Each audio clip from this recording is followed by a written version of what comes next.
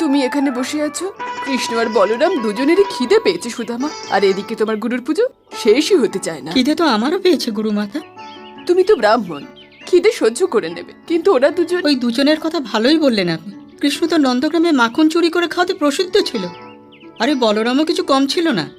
আপনি আমায় খাইয়ে দিন না, আমি খিদে সহ্য করতে পারি না। যতক্ষণ কৃষ্ণ না আসবে খাবার দাবার কিছুই পাবে না, চুপচাপ বসে থাকো। আমি রান্নাঘরে গিয়ে বসি, খাবারের সুগন্ধ তো পেতে থাকবো।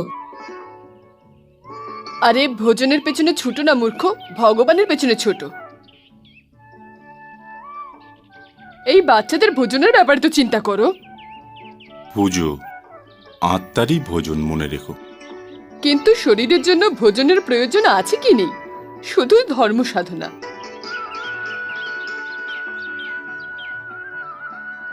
চলো বৎস, আমি তোমার জন্য মাখন বের করে রেখেছি। নন্দগ্রামের সাথে সাথে আমি মাখন খাওয়া ছেড়ে দিয়েছি গুরুমাতা। এমন করে কেন বলছো কৃষ্ণ? আমি যশোদা না হলেও কিন্তু মা তো আমি, মমতা তো আছে আমার মধ্যেও। এক্ষুনি হাত মুখ ধুয়ে নাও, ততক্ষণ আমি খাবার নিয়ে আসছি। হে কৃষ্ণ, এখন এই ব্রাহ্মণের ওপর কৃপা করো, আর ভোজনের জন্য চলো। হ্যাঁ হ্যাঁ, চলো চলো।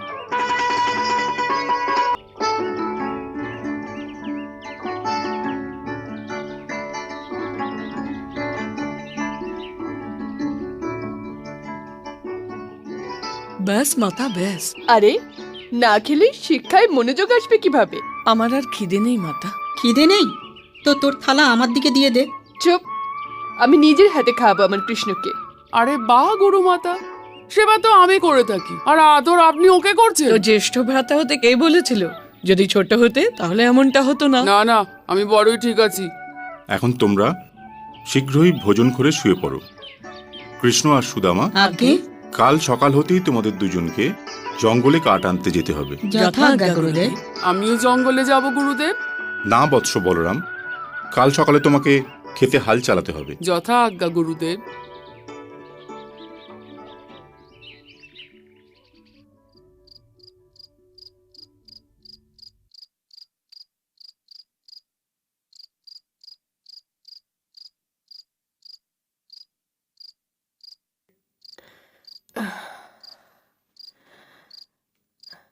কৃষ্ণ আর বলরামের শিক্ষা এত শীঘ্র সমাপ্ত করার কোনো প্রয়োজন নেই।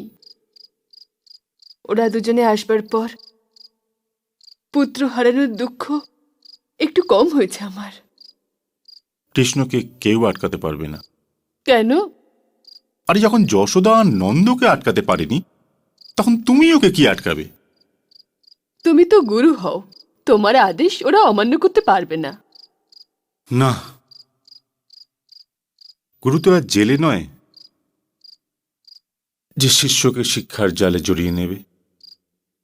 আর তারপর কৃষ্ণের তো শিক্ষার কোনো প্রয়োজনই নেই, ও তো সব প্রশ্নেরই উত্তর জানে।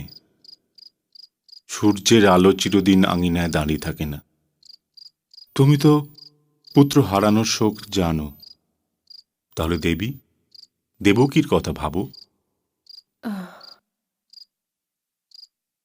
তাহলে ওর থেকে এই গুরু দক্ষিণায় চেয়ে নিও, যেন ও এখানেই থেকে যায়।